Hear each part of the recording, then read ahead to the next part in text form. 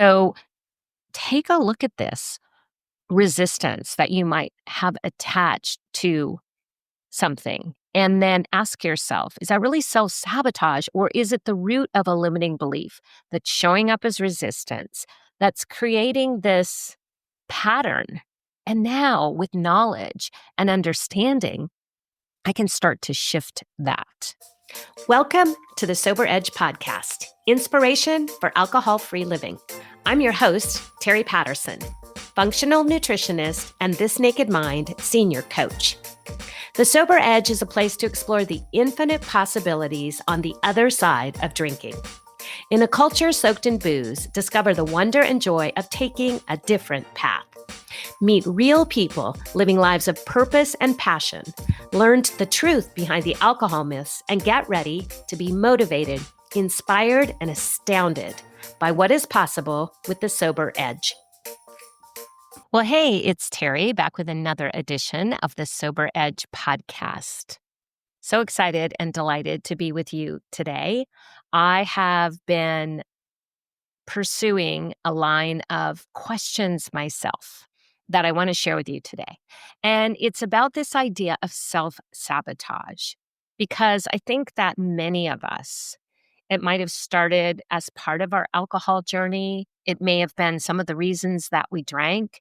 It may be a place where we look in the past and think, this is my fault. I was just self-sabotaging when I overdrank or when I created this chaos or when this terrible thing happened while I was drinking or when I chose to numb for years and miss part of my children's upbringing, their life, their early years. And so self-sabotage can be a very debilitating and limiting thought. And so today I want to talk about self-sabotage, and I want to start by defining it. So self-sabotage, one of the definitions that I really like is the act of unconsciously hindering one's own progress, often due to deeply ingrained limiting beliefs. These beliefs stem from past experiences, fears, or societal conditioning that create internal resistance to success, happiness, or change. So I want to read part of that again. The act of unconsciously hindering one's own progress. So right away, I hope this gives you some sense of hopefulness and self-compassion, because we are unconsciously creating these patterns or recreating these patterns that are interfering with our progress. We're not doing it on purpose. Now, it's possible that there is some resistance that you're experiencing and you're choosing to create this challenging dynamic. However, that also can be part of limiting beliefs. And so if we lead with self-compassion, we have to understand that these deeply ingrained limiting beliefs often come from our past, from our origin stories, and maybe they weren't even our stories to begin with. So this conditioning or these past experiences that have created these deeply ingrained limiting beliefs can be driving the bus without us even realizing it. So I hope that helps you just as a stepping off place to say, like, maybe it's not a conscious choice. I'm not an idiot, a loser, a failure. I'm just doing that human thing of protecting myself by recreating the past, feeling a little bit stuck in that place of not yet exploring my limiting beliefs. And so, not yet, which means starting today, we can start to explore how to do it different, how to break that cycle where we're stuck in those unconscious patterns because of these limiting beliefs. So, the first place is to really look at is resistance. So, if there is some resistance, that's a place to dig in and ask, first of all, is there a fear of failure or a fear of success?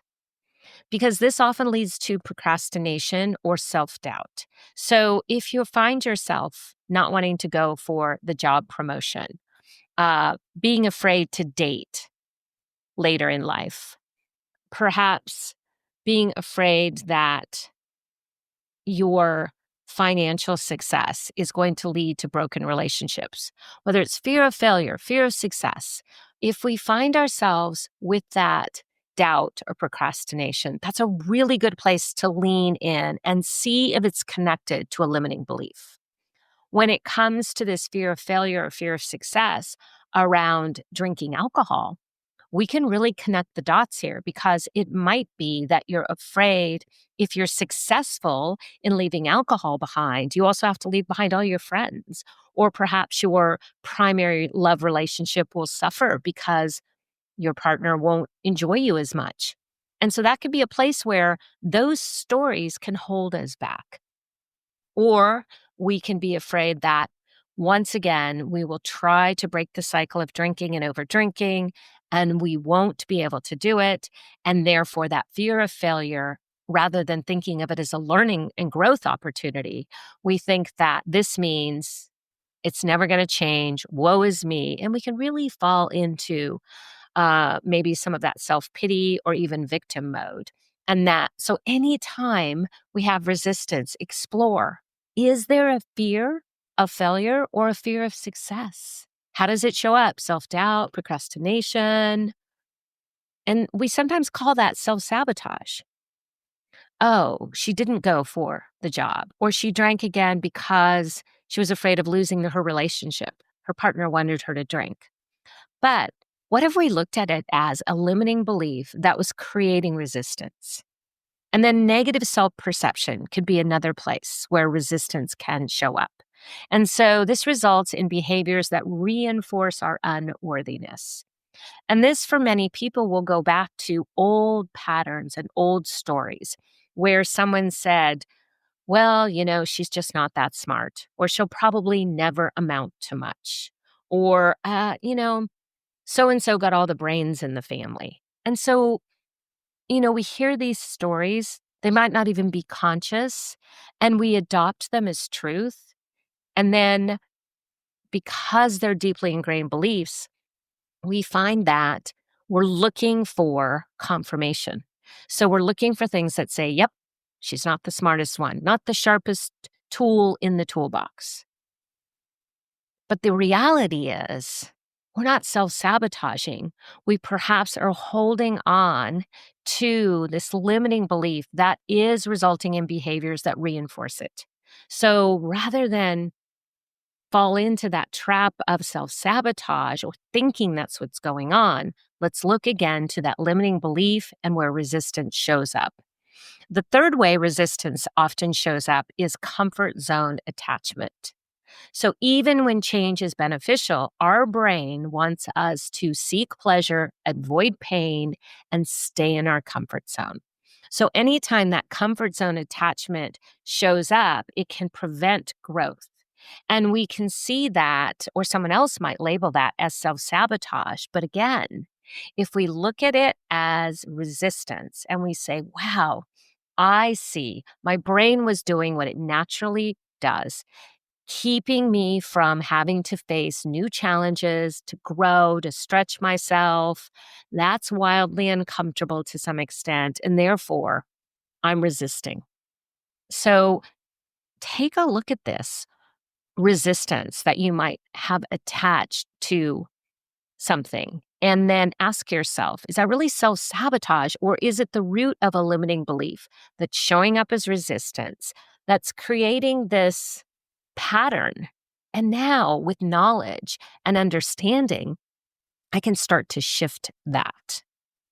So, there's a book that I read, and the author talks about the key to overcoming self sabotage is self awareness, emotional regulation, and conscious decision making. So let's look at what we just talked about. If there's resistance there that's popping up, self awareness is huge because, first of all, we have to see procrastination as a form of resistance or protection, and it's tied to something. So let's get to the root. Now, emotional regulation, right? How are we going to feel safe as we challenge ourselves to get out of our comfort zone?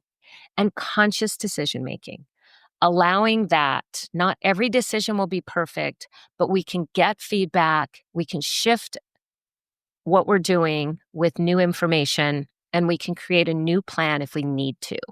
So, by identifying and addressing limiting beliefs, we really can create an amazing life filled with intention and confidence.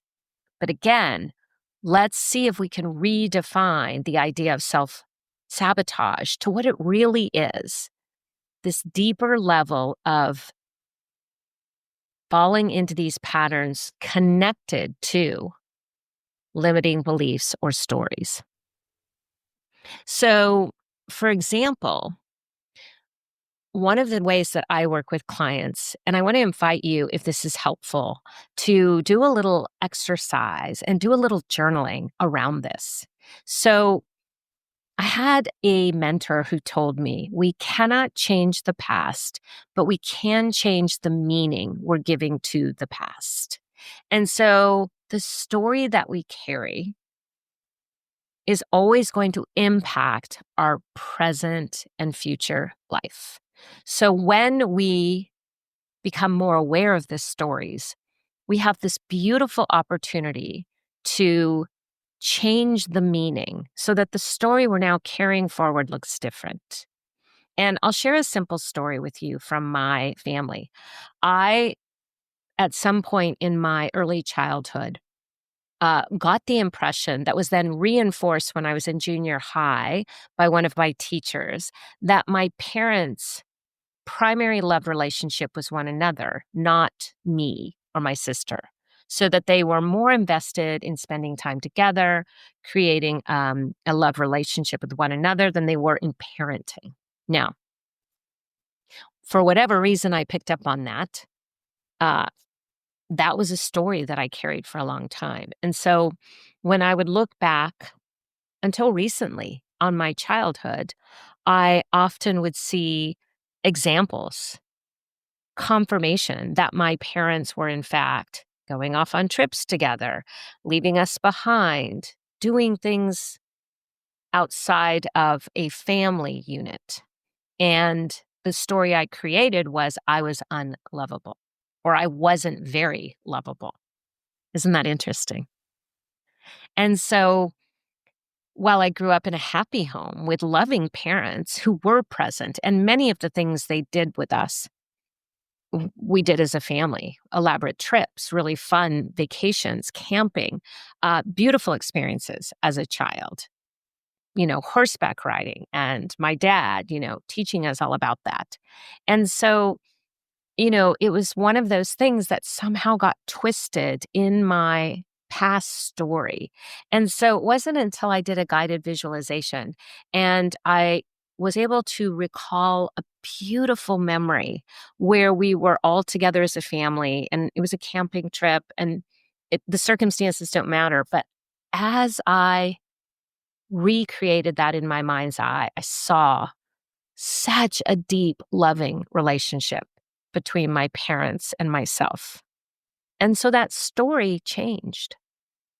And now I recognize that how grateful I am that my parents had a loving, close relationship with one another. Their marriage was the foundation of our beautiful family and the love that they shared with us. So I was able to change that story because they did have a love relationship with one another. But what else was true was that they also had a loving relationship with their children. And so shifting that story changed how I move forward in the present, how I see myself as somebody who is lovable and worthy. And so it's really valuable to consider what we might be carrying from the past that might be impacting us in ways that it's time to stop and recognize it. So I want to invite you to think about journaling about these two things, the story we carry, what else might be true here? And is there another perspective available? What are the other people in the story experiencing? What else is true? And then as you journal this out, you can ask yourself at the end, how does shifting the story make you feel? And we can do that with all areas of our life. With every area of our life in the past, we can change the meaning we are giving to that particular story. It's been very powerful for me, so I hope you'll try it. The other thing we can do is we can journal about the present. So once we explore the story that's holding us back, that's keeping us perhaps in that limiting belief, that's showing up in these patterns that aren't serving us, that maybe we have called and written off as just self sabotage. We think about self sabotage, gosh, what a terrible label to put on ourselves. Like we're intentionally harming ourselves, we're trying to hold ourselves back. And I don't think that that's truly part of the human spirit. I think we just get stuck in these stories. So once we explore this story that's holding us back, we gain the opportunity to first make a commitment. Now, with this new understanding, what is my intention to move forward? For example, in my story, the intention is to move forward feeling less lonely, feeling like I am lovable, and to live that out and to bear that out and to show up as if I am lovable. And so then you step out in courage. So fear is not going to protect you. Action is. So once we have that commitment, we can step out and we can take that first step toward, in my case, developing a more loving relationship with my parents, with my sister, showing up as more loving toward them. Doing courageous things, reaching out in new ways, changing my own family dynamics with my children, recognizing this way that I show up as a loving mom, carrying that through new story through my life. And then practice comes next. We practice our new way of thinking. We practice these new behaviors, and then we gain confidence. So, as you think about the story, commitment, courage, practice, confidence, where can you be more courageous in practicing this new way of thinking or believing? Because this is how everything changes. And one of the things we also can consider as we think about this is that this idea of self sabotage and these limiting stories, they don't just affect our thoughts and our mind, they also can affect our body. And so, anytime we're storing this trauma or these stories that were hurtful, painful, or even this current story of self sabotage that is heavy, it can be in our bodies. It can be an embodiment. So we're actually not just experiencing it with our thoughts, we're also having these experiences where maybe our heart is racing, shallow breathing. That's one for me. So we have a physical affect when these triggers from the past, these stories come up, these old thought patterns, this old way of behaving. And so we have to understand that emotions do, in fact, get trapped in our body. And there is a body of work called the polyvagal theory. And this tells us that trauma affects our bodies and our minds, and that trauma is more broadly defined by the impact on our nervous system, how we stay in fight or flight, or maybe how we get stuck in that freeze place. And so when we understand that, this idea of self sabotage and limiting beliefs or stories, how it can impact us physically, it's time to do some body work, some somatic work to work it out. And so, this is a place where we can start to explore ecstatic dance, yoga, tapping, dancing, anything that works to move this story out of our stored trauma in our body and move through it and help release it. It's powerful work and it's really cool. And it doesn't take much. We can shake it out. I always talk about, children did that song, Shake Your Sillies Out. Part of that is because we store so much energy in our body, but it's not just physical energy like kids got ants in their pants. It's actually can be some of this embodiment from past stories that we're holding on to, from the way those stories have created how we're showing up today and the meaning that we give it. So somatic work is a beautiful part of this. And gosh, there's all kinds of somatic work. You can do a VU breath. You can do a psychological sigh, expanded eye movement, emotional freedom technique tapping, so many ways. Yoga, certainly, between the breath work and the poses. It's a beautiful somatic experience. And then finally, I just want to touch a little bit on perfectionism, because perfectionism can be all wrapped up in this idea of self-sabotage. And, the reality is that with perfectionism driving the bus and with self-sabotage right there beside it, we are going to often get hijacked by drinking. So if you have been somebody who sees yourself as a perfectionist and has very harsh critical thinking when you don't follow through or things aren't good enough, this can be a place that can drive us to using alcohol to numb, to disassociate, to control, whatever that looks like, to not care. So, from the book Atlas of the Heart, Brene Brown talks about perfectionism. She says, shame is the birthplace of perfectionism. Perfectionism is not striving to be our best or working toward excellent. Healthy striving is internally driven. Perfectionism is externally driven by a simple but potentially all consuming question: what will people think? So again, perfectionism is not striving to be our best or working toward excellence. Healthy striving is internally driven. Perfectionism is externally driven by a simple but potentially all-consuming question: what will people think? And perfectionism kills curiosity. Perfectionism is not self-improvement. At its core, it's about trying to earn approval and acceptance.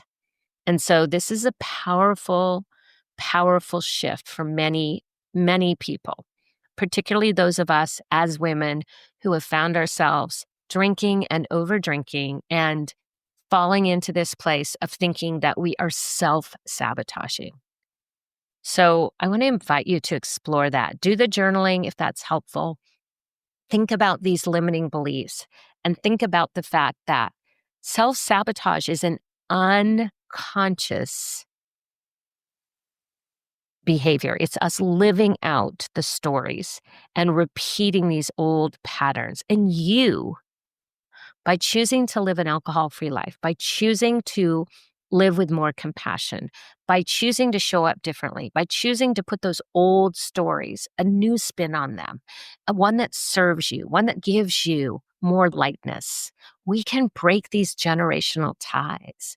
And so we don't have to let perfectionism be the driving force.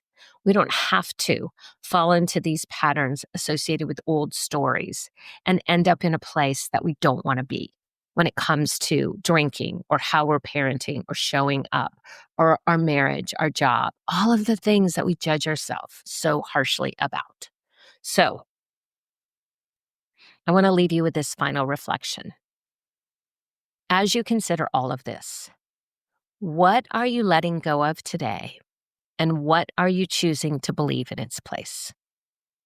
I hope you will reflect on that and come to a place of deeper compassion for yourself and so much gratitude for the tool of alcohol that kept you going until it was time to let it go. And now we can let it go through this beautiful place of exploring self-sabotage, understanding more about our stories, and rewriting our past so that our future and our present are a beautiful alcohol-free life. All right. That's the Sober Edge podcast for today. I look forward to seeing you in a couple weeks. Be well. I want to thank you for tuning in to the Sober Edge podcast. This is a place for important conversations and a safe place to question everything you thought you knew about drinking. If you're looking for your sober edge, I want to invite you to connect with me at thesobernutritionist.com, where you can grab my free resource, Becoming More, a guide to loving your sober life. And I would be so grateful if you enjoyed this podcast, if you would leave a rating and review, as it will help more people find their sober edge.